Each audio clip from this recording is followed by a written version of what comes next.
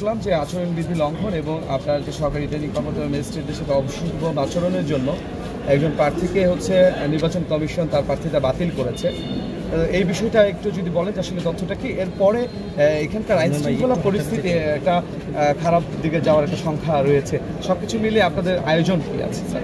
আচ্ছা, প্রথমে বলে রাখি আসলে যে তথ্যটা আসলে আপনাদের মাধ্যমে জেনেছি। নির্বাচন কমিশন থেকে এই সংক্রান্ত কোনো নির্দেশনা বা পত্র আমরা আসলে অফিসিয়ালি পাইনি। আমার এই 6ষ্ঠ উপজেলা পরিষদ নির্বাচনের সময় তো রিটার্নিং অফিসারও এখানে আছেন, আমাদের জেলা নির্বাচন কর্মকর্তা এখানে আছেন। আমরা এখানে প্রশিক্ষণ কর্মশালায় এসেছি, আমরা কিন্তু এখনও অফিসিয়ালি জানি না। যেটা জানি আমরা আসলে গণমাধ্যমে জেনেছি।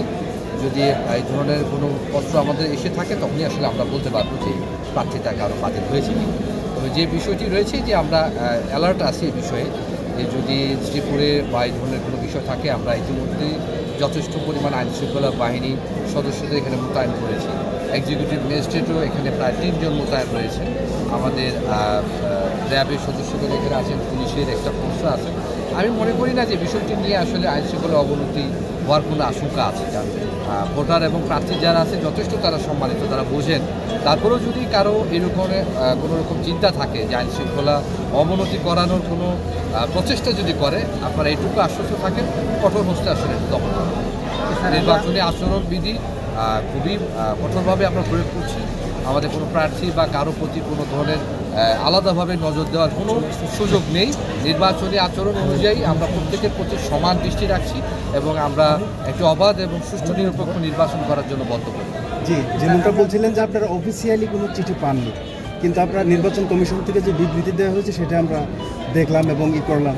কিন্তু আপনারা যদি নাই পেয়ে থাকেন, কিন্তু নির্বাচন কমিশন কিন্তু তাদের সিদ্ধান্তটা দিয়ে দিয়েছে, সেই ক্ষেত্রে কি ঘোড়া প্রতীকের কোনো প্রচারণা কি চালাতে পারবে কিনা? আমরা চিঠিটা পাওয়ার পরেই আসলে সিদ্ধান্ত নিয়েছি। আমরা যেটা দেখেছি আপনাদের মিডিয়ার মাধ্যমে, আমরা কথা বলে যে সেই সিদ্ধান্তের আলোকে পত্রটা যাতে দ্রুত আমরা পাই সেই চেষ্টাটা করছি। আমরা পাওয়া মাত্রই আসলে নির্বাচন কমিশনের সিদ্ধান্ত অনুযায়ী আমরা পরবর্তী পদক্ষেপ। মানে প্রচারণা বাধ্যবাধকতা থাকে কিনা? বাতিল না, যদি বাতিল হয় তখন তো আমাদের এই চিঠি পাওয়া মাত্রই আমরা তখন তো তার প্রচারণার বিষয়টি অবশ্যই আমরা এখানে ব্যবস্থা করব।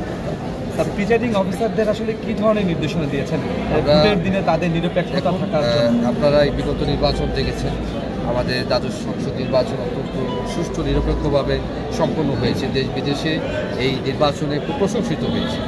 ঠিক একইভাবে আমাদের স্থানীয় সরকার নির্বাচনেও কিন্তু আমাদের প্রচেষ্টা এবং আমাদের সমস্ত পরিকল্পনা একইভাবে করার বিষয়ে আমরা গ্রহণ করেছি, যাতে প্রিজাইডিং অফিসাররা সুষ্ঠু নিরপেক্ষভাবে সেদিন ভোট কেন্দ্রে ভোট প্রদান যে কার্যক্রমটি সুষ্ঠুভাবে সম্পন্ন করতে পারেন এই বিষয়ে আমরা নির্দেশনা দিয়েছি। একইভাবে আইনশৃঙ্খলা রক্ষার্থে যেসব এজেন্সিগুলো এই ভোটের দিন কাজ করবে তারা প্রত্যেকেই ভোটারদের এবং ভোট কেন্দ্রের সার্বিক নিরাপত্তা তারা আছে। স্যার, একটা বিষয় যেটা হলো আমরা প্রতি বছর মানে ওই যে ভোট কর্মকর্তা তাদের দ্বারা সাংবাদিকদের যে অবাধভাবে সংবাদ সংগ্রহের যে বিষয়টা থাকে, অনেক ক্ষেত্রে আমরা এই বিষয়টা অনেক প্রিসাইডিং অফিসার ক্ষেত্রে পেয়ে থাকি না, বলে আপনাদের অনুমতি লাগবে, এই লাগবে, অনেক কথা বলে। এই বিষয়টা আমি গত নির্বাচনেও মানে আমাদের ব্যাক পেতে হয়েছে, পরে নির্বাচন কমিশনের যারা দায়িত্বে রয়েছেন তাদের মাধ্যমে সমস্যার সমাধান করে আমরা ভোট গণনা কক্ষে প্রবেশ করতে পারছি। এই বিষয়টা ওনাদের কী ধরনের নির্দেশনা দেবে? আপনারা এইটুকু গণমাধ্যমে যারা আছেন সবাই তো আসলে কী বলা যায়, কমন সেন্স সবার ভালো। বিশেষ করে আপনারা যারা সাংবাদিকতায় থাকেন, আপনাদের সেন্সটা ধরে নিই যে অন্য সবার চেয়ে একটু আলাদা থাকে। সেদিন আপনাদের কাজ হচ্ছে সঠিক চিত্রটা তুলে ধরা, অবশ্যই ভোট কক্ষে বা ভোট কেন্দ্রে যারা আসলে দায়িত্বপ্রাপ্ত আছেন তাদেরকে একটা সহযোগিতা করা, নির্বাচন কমিশন এবং সরকারকে সার্বিকভাবে সহায়তা প্রদান করা, আমাদেরকে সহযোগিতা করা। আপনাদের কার্ড যখন দেওয়া হবে তার মানে হচ্ছে আপনি ওই অধিক্ষেত্রে অবাধভাবে বিচরণ করতে পারবেন সংবাদ গ্রহণের, সংবাদ সংগ্রহের জন্য। ভোট কেন্দ্রে ভোট কক্ষে কিছু জায়গায় লিমিটেশন আছে, আপনারা যেতে পারবেন, এটা আসলে কেউ যেতে পারবে, এমনকি আমিও না। এই জায়গায় শুধুমাত্র ভোটার এবং প্রিজাইডিং অফিসার যেতে পারবে এবং ক্ষেত্র বিশেষে রিটার্নিং কর্মকর্তা সহকারী ক্ষেত্রে যেতে পারবে। এখন ওই জায়গাটুকু যদি কেউ বেরিয়ার না করেন, আমি মনে করি না কোনো জায়গায় সমস্যা আছে। তারপরও প্রিজাইডিং অফিসারদেরকে আমরা বলে দেব যাতে আপনাদের সঠিক সংবাদ সংগ্রহের ক্ষেত্রে যেন তারা সহযোগ করে।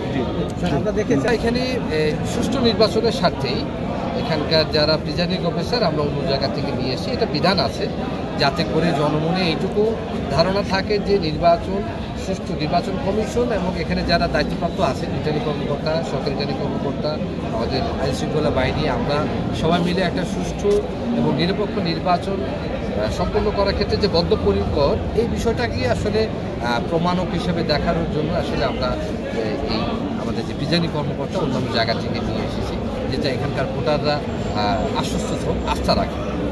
মালামাল প্রদান করব, ভোটের দিনে আমরা ব্যালট পেপারগুলো স্ব কেন্দ্রে পৌঁছে দেওয়া।